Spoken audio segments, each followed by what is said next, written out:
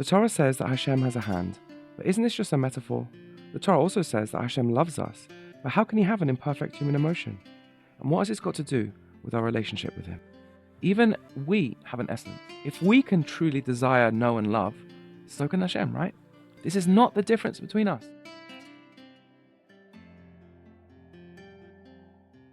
This discussion around Hashem's essence is going to launch us to new heights, right out of the galaxy. If Hashem's essence is unknowable, how can his Torah be a revelation of him? If his emotions and will are expressions, how can they still be one with him? In this episode, we explore how Torah and mitzvot are not just divine instructions, they are divine revelations. We'll learn how Hashem's will flows directly from his essence and how your choices connect not just to a level of God, but to Hashem himself. So finally, let's get a good hold of the difference between essence and expression by looking at ourselves. There's a very good exercise we can all do. Try this. Ask yourself, what are the things that I have, my expressions, versus what is me, my actual self, my actual essence? One way to tell the difference is what I call the essence test. If you can say my about it, then it isn't you. My body? Clearly not me. Most people, especially women, instinctively know that I am not my body, right? My love? That too, not the essence.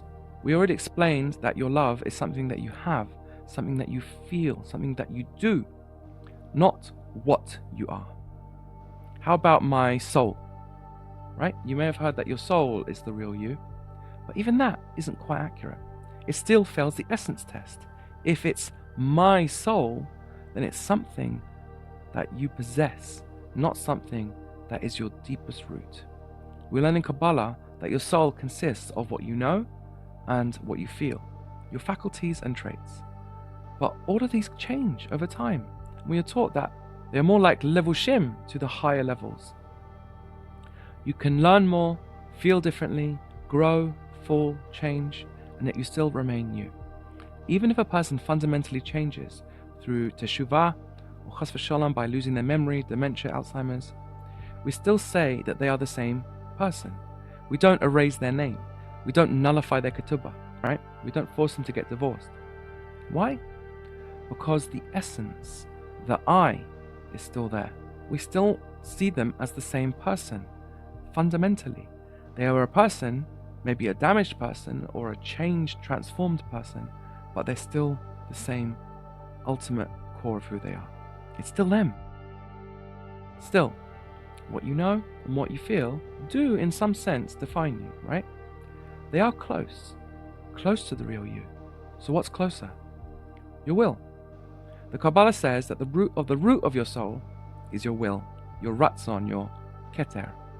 You can tell a lot about somebody by what they want, especially our most essential core desires and values. But still, if you think about it, even that is not truly you. It's my will, not me, and thus fails the essence test too. What's higher than will? Not much actually. The Kabbalah and the Chassidut tell us that even within will, there are levels. There is the will, higher than that is desire, and pleasure still is higher. And higher than that is the Yechida, the essential need, the core identity, the unchanging part of your soul. That simply is, that doesn't operate through faculties or desires. This is practically all the way there. In fact, the Yechida sometimes is described as the real you in the Chassidut. But we learn that there are higher levels too. When it comes to the real you, the one who wants, the one who knows, the one who experiences, feels with a soul, that feels a body. What is that? The answer is that we haven't got words for it. It's ineffable.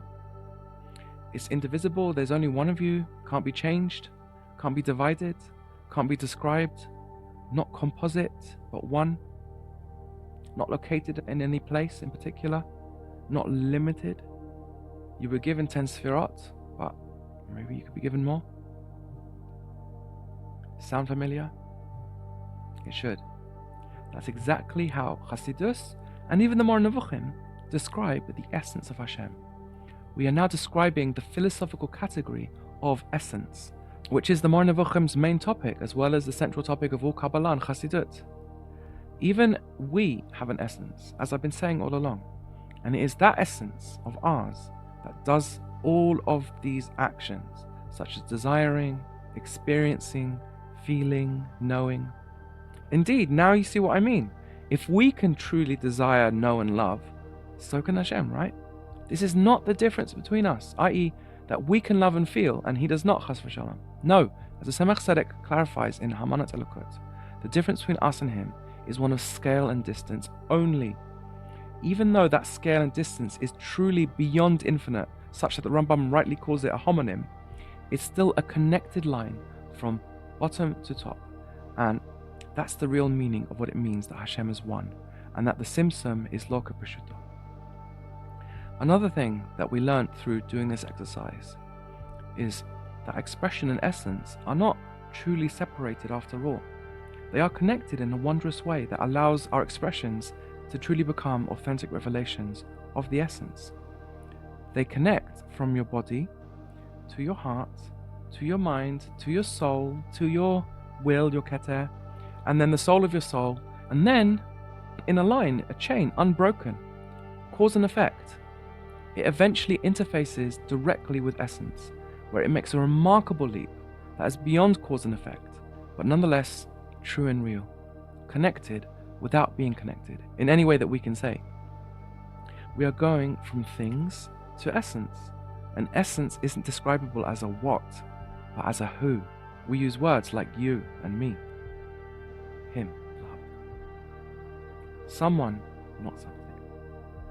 That's really what essence is. Who, not what. Someone, not something. We have learned that you can reveal who you are in your very essence through your expressions, bit by bit, expression by expression, as we will explain in more detail soon. But to summarize, who, not what. When it comes to the what of essence, we can't even grasp our own. Let's be real. Who knows what an I is or a self is? Leave it to the philosophers.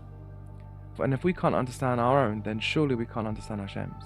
It's all philosophy, abstract, distant, and frankly, most people, even brilliant minds, should approach this with extreme caution.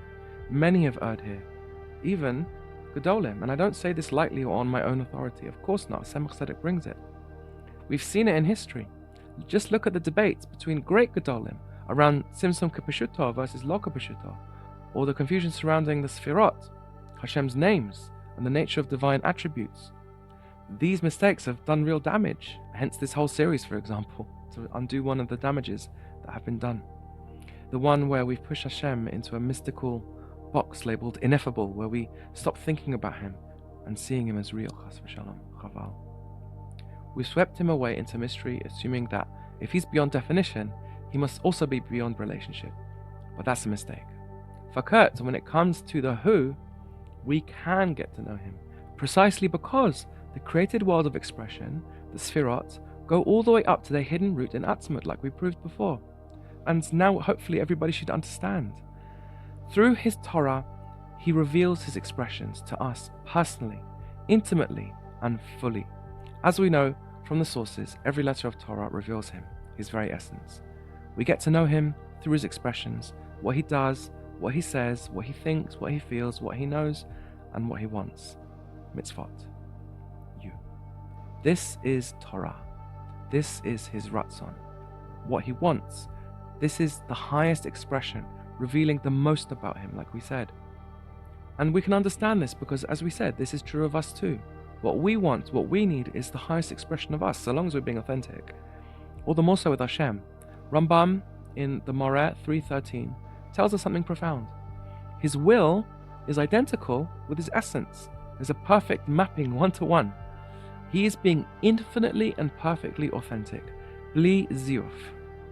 This amazing perfection of his means that every single level of expression for him, every world, every level of the Seder Hishtalshelet, the spiritual cosmos, and even every atom in the physical world is a true expression of his ultimate unified will and essence.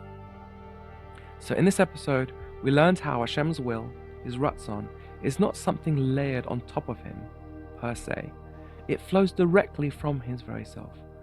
That's why every single detail in creation, even the smallest moment in your life, is not separate from him. In the next episode, we're going to go more into explaining the depth of his will and explain how he does have one simple will. Just like he is one, so too his will is one. And we will explain how we can have such if there are so many details in the creation that he wills on a daily basis. And finally, we will also reveal what that will is. We hinted at in this episode. More on that next episode. Stay tuned.